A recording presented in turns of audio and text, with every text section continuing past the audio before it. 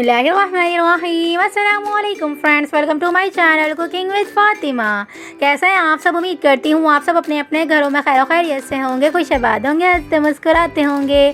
तो आज मैं आपके साथ शेयर करने जा रही हूँ बहुत ज़्यादा मज़ेदार सा ढाबा स्टाइल अचार गोश्त बनाने की रेसिपी। एक रेसिपी मैं आपको पहले भी दे चुकी हूँ, लेकिन आज मैं आपको ढाबा स्टाइल बहुत ज़्यादा यूनिक वे में झटपट तरीके से बहुत ज़्यादा मज़ेदार सा जो है वो ढाबा स्टाइल जो है वो अचार गोश्त बनाने की रेसिपी दूंगी। तो आप इस रेसिपी को मेरी रेसिपी से एक बार ज़रूर से ट्राई करिएगा, और रेसिपी अच्छी लगी तो रेसिपी को लाइक शेयर कमेंट ज़रूर से कर लीजिएगा। चैनल पर न्यू है तो प्लीज़ चैनल को सब्सक्राइब भी कर लीजिएगा, और बेल आइकन के बटन को ज़रूर से प्रेस करिएगा ताकि मेरी हर न्यू आने वाली वीडियो आप तक आसानी के साथ पहुँचती रहे। तो चलें जी रेसिपी स्टार्ट करते हैं। बिस्मिल्लाहिर्रहमानिर्रहीम। तो सबसे पहले हम जो है वो अचार गोश्त बनाने के लिए इसका लाइट सा सिंपल वे में झटपट तरीके से जो है वो मसाला बना के रेडी कर लेंगे। अचार गोश्त बनाने का मसाला मैं पहले भी अपनी रेसिपी में दे चुकी हूँ। अगर आपने ये रेसिपी नहीं देखी है तो मैं इसका लिंक ऊपर आई बटन में दे दूँगी, आप आसानी के साथ वहाँ से जाके देख सकते हैं। लेकिन आज मैं आपको बहुत ज़्यादा अलग अंदाज में एक अच्छा सा जो है वो मसाला बनाना सिखा रही हूँ अचार गोश्त का। तकरीबन 1 टेबल स्पून इसमें हम जो है वो शाहजीरा ऐड करेंगे, 1 टेबल स्पून इसमें हम साबित धनिया ऐड करेंगे, 1 टेबल स्पून इसमें हम जो है वो कुटी हुई लाल मिर्च ऐड करेंगे, 1 टीस्पून इसमें हम जो है वो कलौंजी ऐड करेंगे, 1 टीस्पून इसमें हम मेथी दाना ऐड करेंगे, 1 टेबल स्पून भर के इसमें हम जो है वो सौंफ ऐड करेंगे। उसके बाद इसके अंदर हम जो है वो कुछ ड्राई मसाले ऐड करेंगे। तो ये थे हमारे जो है वो कुछ खड़े मसाले। तो इसके साथ ही इसके अंदर हम जो है वो अब कुछ ड्राई मसाले ऐड करेंगे, यानी कि पाउडर मसाले ऐड करेंगे।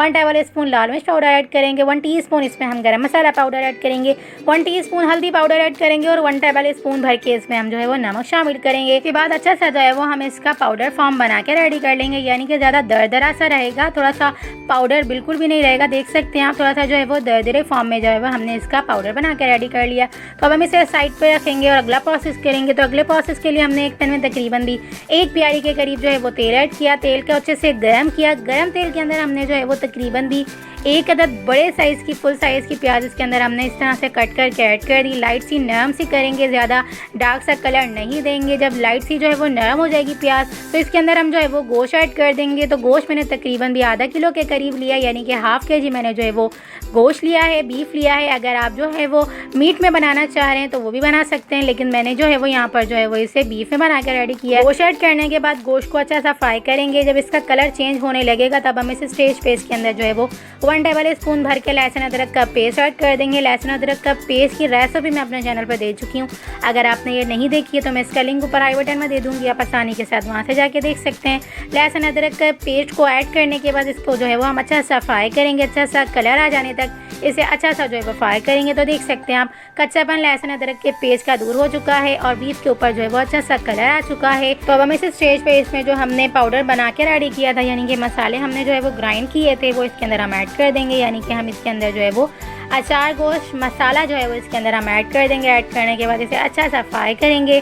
फ्राई करने के बाद यानी कि अच्छा सा वेलकम बाइंड करने के बाद इसे हम अच्छा सा जो है वो कुक करेंगे। कुक करने के बाद इसका जो है वो तकरीबन भी 4 से 5 मिनट तक पानी इंक्रीज़ करेंगे, यानी कि गोश्त जब पानी इंक्रीज़ करने लगेगा, जब ये फ्राई होने की स्टेज पे जाएगा, इसके अंदर हम जो है वो कुछ और जो है वो प्रोसेस करेंगे। तो देख सकते हैं आप, हमने इसे अच्छा सा मिक्स कर लिया है। तमाम मसाले जो है वो गोश्त के अंदर अच्छे से मिक्स हो चुके हैं। अब हम गोश्त को जो है वो फुल फ्लेम पे तकरीबन भी 5 से 7 मिनट तक अच्छा सा कुक करेंगे। इस तरह से जो है वो गोश्त पानी इंक्रीज़ करने लगेगा। जब पानी इंक्रीज़ करने लगेगा तो ये भुनने की स्टेज पे जाएगा। तब हम इस स्टेज पे इसके अंदर जो है वो टमाटर प्यूरी ऐड कर देंगे। आधा किलो बीफ में मैंने तकरीबन भी 2 अदद जो है वो टमाटर की प्यूरी बना के रेडी की है, यानी कि इसके अंदर ऐड की तकरीबन भी हाफ कप के करीब जो है वो पानी ऐड करके मैंने जो है वो दोनों चीज़ें ऐड कर दी हैं। अच्छा सा मिक्स करेंगे। मिक्स करने के बाद इसके अंदर हम जो है वो तकरीबन भी 1.5 गिलास से 2 गिलास के करीब इसके अंदर हम पानी ऐड करेंगे, और पानी ऐड करने के बाद ढक्कन ढक के बिल्कुल लो फ्लेम पे अच्छा सा इसे कुक करेंगे। तकरीबन भी 30 से 35 मिनट तक इसे अच्छा सा गलने के लिए छोड़ेंगे। उसके बाद हम अगला प्रोसेस करेंगे। तो ढक्कन ढक के हमने तकरीबन भी 30 से 35 मिनट के लिए इसे अच्छा सा गलने के लिए छोड़ दिया है, और अब हम लास्ट प्रोसेस करेंगे। तो लास्ट प्रोसेस के लिए हमने यहाँ पे जो है वो हरी मिर्चें ली हैं। मिर्चों को जो है हम बीच से इस तरह से कट लगाएंगे। कट लगाने के बाद थोड़ा बचा हुआ मसाला इसके अंदर हम ऐड कर लेंगे। कुछ लोग जो है वो ऐड नहीं करते, क्योंकि ढाबों पे जो है वो अक्सर इस तरह का प्रोसेस नहीं किया जाता। तो डायरेक्ट से जो है वो बीच से कट लगा के आप ऐड कर सकते हैं मसाला लगाए बगैर, क्योंकि मसाला जो है वो गोश्त के अंदर जाके जो है वो बिल्कुल निकल जाता है, यानी कि गोश्त में मिक्स हो जाता है। तो हरी मिर्चों में वो टेस्ट नहीं रहता। तो आप जो है वो सिंपल बीच से कट लगा के भी ऐड कर सकते हैं, ये आप पे डिपेंड करता है। तो ये देखिए जी, अब हम गोश्त को चेक कर लेंगे, तकरीबन भी 30 से 35 मिनट हो चुके हैं। तो अब हम इस स्टेज पे इसमें जो है वो इस तरह से दही ऐड कर देंगे। दही ऐड करने के बाद इसे हम अच्छा सा मिक्स करेंगे। तो तकरीबन भी इसे हम 10 मिनट तक और भी अच्छा सा कुक करेंगे। इस तरह से तकरीबन भी हमारे 30 से 35 मिनट, यानी कि हमने 30 से 35 मिनट तक अच्छा सा गोश्त गलाया। उसके बाद हमने इसके अंदर दही ऐड की। दही ऐड करने के बाद 10 मिनट तक और भी अच्छा सा कुक करेंगे। इस तरह से हमारे 45 मिनट में बहुत ज़्यादा मज़ेदार सी जो है वो अचार गोश्त बन के रेडी हो जाएगा। तो इसके साथ ही इसके अंदर हमने जो है वो हरी मिर्चें भी ऐड कर दी हैं। इस तरह से दम में ही बहुत ज़्यादा मज़ेदार सी जो है वो हमारी अचार गोश्त बन के रेडी हो जाएगी और मिर्चें भी अच्छे से गल जाएंगी। तो देख सकते हैं आप, तकरीबन भी 45 मिनट के प्रोसेस में हमारा अचार गोश्त बहुत ज़्यादा डिलीशियस सा ढाबा स्टाइल बन के रेडी हो चुका है। तो आप ऐसा सभी को मेरी रेसिपी से एक बार ज़रूर से ट्राई करिएगा। ढाबों में अक्सर ये किया जाता है कि गोश्त को जो है वो गला के रख लिया जाता है और जो ये मिक्स मसाला होता है वो एंड में ऐड किया जाता है जब जो है वो ऑर्डर किया जाता है। तो आप इस रेसिपी को मेरी रेसिपी से एक बार ज़रूर से ट्राई करिएगा। मैंने आपके लिए बहुत ज़्यादा सिंपल वे में आसान तरीके से आपको ये रेसिपी बनाना सिखाई है।